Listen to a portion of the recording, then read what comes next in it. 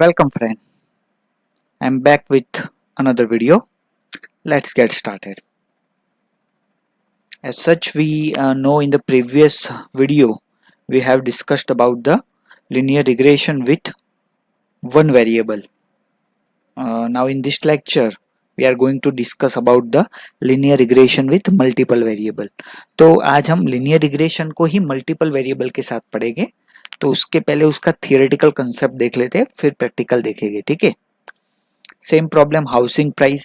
Last video में हमने देखा था कि बेसिकली जो भी प्राइस का प्रडिक्शन हम जो भी फ्लैट है या कोई मकान है तो प्राइस का prediction on the basis of area square feet पे ओनली वन जो भी एट्रीब्यूट था इंडिपेंडेंट उससे डिपेंडेंट वेरिएबल की वैल्यू डिसाइड करते थे.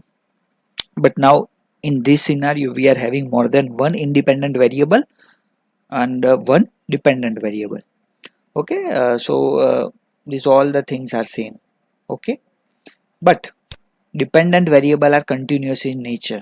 Okay, continuously रहता है वो variable, ऐसे कोई discrete value नहीं रहती उसकी. Linear relationship between three independent variable. एक बात आपको याद रखनी है कि इंडिपेंडेंट वेरिएबल यानी कि फीचर्स कॉलम्स जो भी हम टेबल में डिफाइन करते हैं, डेटाबेस में डिफाइन करते हैं, डेटा सेट में डिफाइन करते हैं, उसको हम इंडिपेंडेंट वेरिएबल कहते हैं, उसको हम फीचर्स भी कहते हैं. तो don't get confused in those two words. Okay, और वन डिपेंडेंट यानी कि हमारा आउटपुट जो भी टारगेट एट्रीब्यूट है वो हमारा है dependent variable. So the multiple variables linear regression have more than one independent and one dependent variable. Okay, so regression with multiple variable. तो यहाँ पे देखिए हमारे पास यहाँ पे इंडिपेंडेंट वेरिएबल फीचर्स कितने हैं, एरिया है, बेडरूम है, एज है यानी कि कितने साल पुराना है मकान, और उससे उसकी प्राइस डिफाइन करते हैं, वो है हमारा dependent variable. So given this prices we need to predict the price of a homes based on area, bedrooms and age. तो इन तीन पर्टिकुलर एट्रीब्यूट के साथ हम प्राइस को प्रेडिक्ट करेंगे, एक एट्रीब्यूट नहीं मल्टीपल एट्रीब्यूट से. तो मेक श्योर ये आपको पता होना चाहिए कि हमारे पास ये तीनों के साथ ट्रेनिंग होगी मॉडल की, मॉडल को ट्रेन किया जाएगा और उसको प्राइस इनपुट आउटपुट पैर तो अवेलेबल है, और फिर अनसिन वैल्यू के लिए वो आउटपुट को प्रेडिक्ट करेगा और फिर हम उसकी एक्यूरेसी फाइंड करेंगे. ठीक है, ठीक है, चलिए. तो देखिए ऐसा होगा, प्राइस अभी डिपेंड करता है एरिया पे, बेडरूम पे और एज पे. तो y बराबर mx प्लस सी हम जानते हैं. तो ये हमारा डिपेंडेंट वेरिएबल क्या है, प्राइस. इंडिपेंडेंट वेरिएबल फीचर्स कौन से है, area, bedroom and age. Coefficient यानी कि जो स्लोप है वो है m1, m2, m3, तीन अलग अलग हो गई है. m1 into area, m2 into bedroom, m3 into age plus C यानी कि हमारा इंटरसेप्ट जो होगा वो. ओके, y बराबर m1x1 plus m2x2 plus m3x3 plus c. यानी कि given this home prices find out the home find out the price of a home that has यानी कि 3510 square feet area, 4 bedroom and 25 year old मकान है हमारे पास. तो उसकी price क्या होगी वो हमको प्रेडिक्ट करनी है. 28 यानी कि 2800 square feet area, 3 bedroom and 10 year old का मकान है हमारे पास, हाउस है, तो उसकी प्राइस क्या होगी वो हमको प्रेडिक्ट करनी है. तो ये डिफरेंस आपको पता चल गया होगा कि लीनियर रिग्रेशन में सिंगल वेरिएबल में ओनली सिंगल एट्रीब्यूट ही होगा, लेकिन यहाँ पे मल्टीपल एट्रीब्यूट है. ठीक है, सो चलो कोड पे जाते हैं. सबसे पहले आपको इंपोर्ट करना है पांडास, नमपाई और एसकेलन में से लीनियर मॉडल इंपोर्ट करेंगे. ठीक है, ये मॉडल इंपोर्ट करने से क्या होगा, लीनियर मॉडल रिग्रेशन आप यूज कर सकते हैं. df is equal to pd read csv क्या करता है, जो हमारी डेटा सेट है वो डेटा सेट को रीड करता है. तो एरिया, बेडरूम और एज हमको मिल गई. ठीक है, और उसके सामने प्राइस है. अभी एक वैल्यू यहाँ पे एन है डिफाइन नहीं की, तो उसको रिप्लेस करने के लिए हमने क्या किया, कौन सी कॉलम में ये नल एन वैल्यू है, बेडरूम वाली. तो df dot bedroom dot median, तो उसका क्या लिया, मीडियन ले लिया. पूरी कॉलम का मीडियन कितना आया, 5.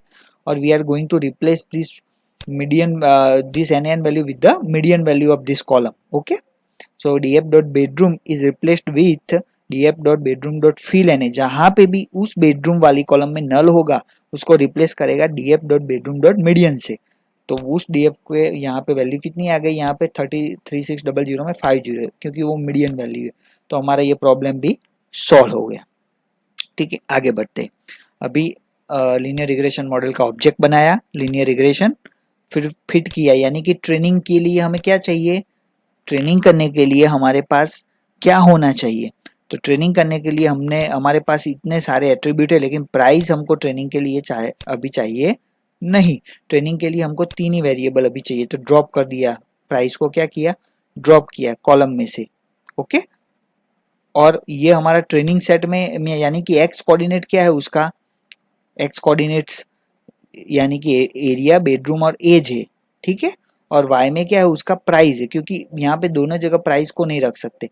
एक्स में 3 है, एज, बेडरूम एंड कितने साल पुराना मकान है, और वाई में क्या है प्राइस, यानी कि ये हमारा इंडिपेंडेंट वेरिएबल है और ये हमारा डिपेंडेंट वेरिएबल है।